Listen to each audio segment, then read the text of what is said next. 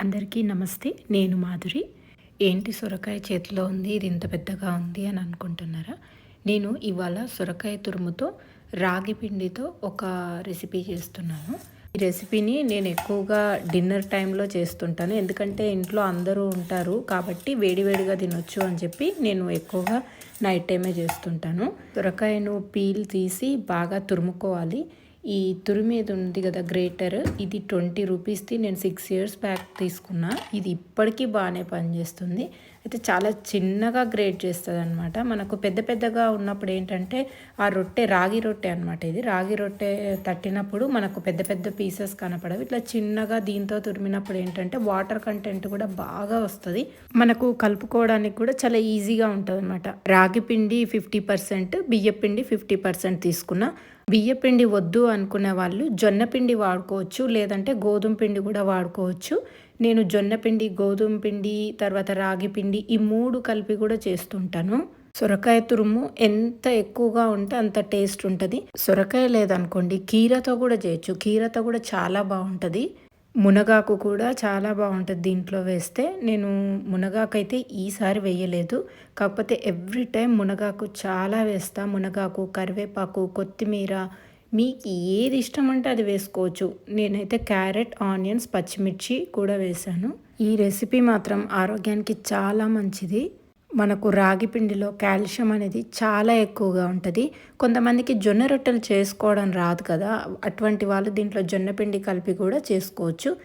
నేనైతే చాలా లూజ్గా కలుపుకుంటా పిండిని. గట్టిగా కలుపుకుంటే ఏంటంటే తట్టేటప్పుడు చాలా ఇబ్బంది అవుతుంది. అందుకని నేను బాగానే లూజ్గా కలుపుకుంటా. దీనికి ఒక రిక్వైర్డ్ క్వాంటిటీ ఆఫ్ వాటర్ ఇంత వేసుకోవాలి అనేది ఏమి ఉండదు. మనకు తట్టడానికి ఈజీగా ఉండేలాగా కలుపుకోవాలి. నేను ఒక మస్లిన్ క్లాత్ తీసుకున్నా. నేను ఎప్పుడు క్లాత్ పైనే తడతా అనమాట. జస్ట్ డ్రై క్లాత్ని బాగా వాటర్తో తడుపుకున్న తర్వాత జస్ట్ దాన్ని ఓపెన్ చేసి దానిపైన తట్టుకోవడమే. ప్లాస్టిక్ కవర్ కానీ ఇంకా మళ్ళీ సపరేట్గా ఆకు అనేది మనకు అప్పటికప్పుడు అవైలబుల్గా ఉండదు కదా, అలాంటప్పుడు మనం క్లాత్ని యూజ్ చేస్తే సరిపోతుంది. ఆ క్లాత్ని బాగా తడుపుకొని దానిపైన తడితే చాలు. మన చేయిని వాటర్లో డిప్ చేసుకొని మనం జస్ట్ ఇట్లా తట్టడమే. ఇది చాలా చాలా ఈజీ. నాకు కూడా ఇంతకుముందు తెలిసేది కాదు ఎట్లా చేయాలి అన్నది. నేను ఒకసారి ఇట్లా వాటర్ ఎక్కువ కలుపుకున్నప్పుడు ఎక్కువైపోయింది కదా అని అనుకున్నాను. అప్పుడు తట్టడం ఈజీ అని తెలిసింది. ఇంకా అప్పటి నుంచి రెగ్యులర్గా నేను ఇట్లా లూజ్గా తడుపుకొనే చేస్తాను. క్లాత్ మీద చేసుకుంటే మాత్రం చాలా ఈజీ. మనకు ఈ వంటలో ఎక్కువ రకాల వెజిటబుల్స్ వెళ్తాయి. తర్వాత ఏ కూర చేసుకోవాలని ఇంట్రెస్ట్ లేనప్పుడు ఇటువంటివి చేసుకుంటే చాలా తొందరగా అయిపోతుంది. క్లాత్ మీద చేసుకుంటే మనకు పెన్నం మీద వేయడం కూడా చాలా ఈజీ అనమాట. మా నార్మల్ పెన్నం, దోశ పెన్నమే. నేను కాస్ట్ ఐరనే వాడతా.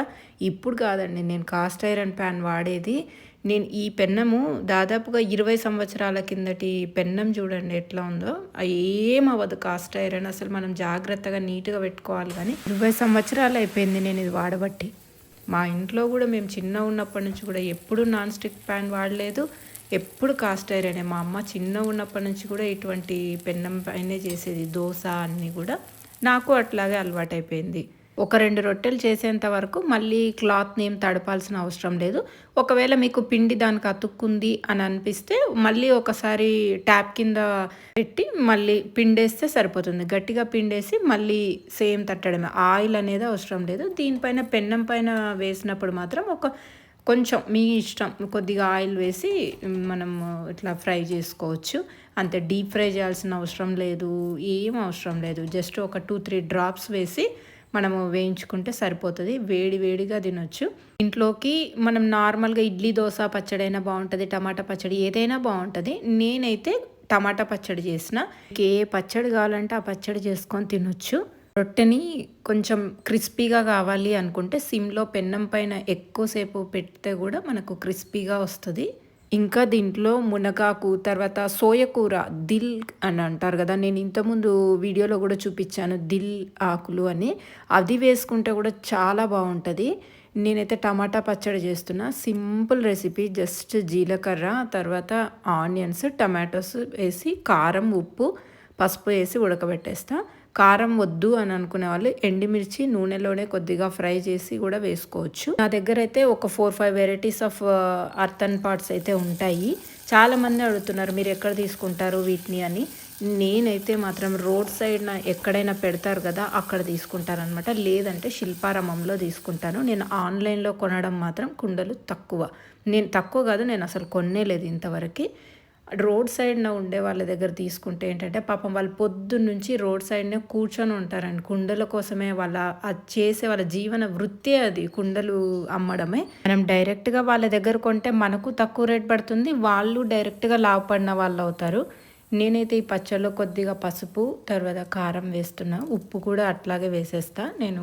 అంటే మిక్సీ పట్టేటప్పుడు కాకుండా ఉడకడం కూడా తొందరగా ఉడుకుతుంది కదా అని చెప్పి ఉప్పు దీంట్లోనే వేసేసాను. మీకు కావాలి అనుకుంటే కొత్తిమీర, కరివేపాకు, ఏదైనా ఆకుకూర ఏదైనా వేసుకోవచ్చు. నేను సింపుల్గా ఆ రోజు బాగా లేట్ అయిపోయింది కాబట్టి తొందరగా అయిపోవాలని జస్ట్ సింపుల్గా చేశాను. 2-3 వెల్లుల్లిపాయలు వేసి మిక్సీ పట్టుకోవడమే. మా పొలంలో పండిన పసుపు అయితే కోల్డ్కి, కాఫ్కి మాత్రం చాలా బాగా పనిచేస్తుంది. ఈవెన్ ఫీవర్ వచ్చినప్పుడు కూడా మనం కొంచెం జస్ట్ పించ్ ఇట్లా హాట్ వాటర్లో వేసుకొని కొద్దిగా ఒక పెప్పర్ ఆర్ 2 పెప్పర్స్ అట్లా దంచి వేసుకొని తాగితే మాత్రం చాలా బాగా పనిచేస్తుంది. ఎవరైనా ట్రై చేశారా మా దగ్గర తీసుకున్న పసుపుతో అట్లాగా? నాకు మెసేజ్ చేయండి. వంట రుచిగా ఉండడమే కాదు ఆరోగ్యానికి కూడా చాలా మంచిది. ఇది పపాయ, చూడ్డానికి ఇది మామిడి పండు లాగానే ఉంది కదా. ఇది మా ఫామ్లో రెయిన్ హార్వెస్టింగ్ పిట్లో మొలిసిందనమాట. ఆ రోజు డిన్నర్కి పపాయ కూడా తిన్నాము, చాలా బాగుంది. మ్యాంగో టేస్ట్ అయితే లేదు కానీ పపాయ టేస్టే ఉంది, కానీ కలర్ మాత్రం అట్లా ఉంది.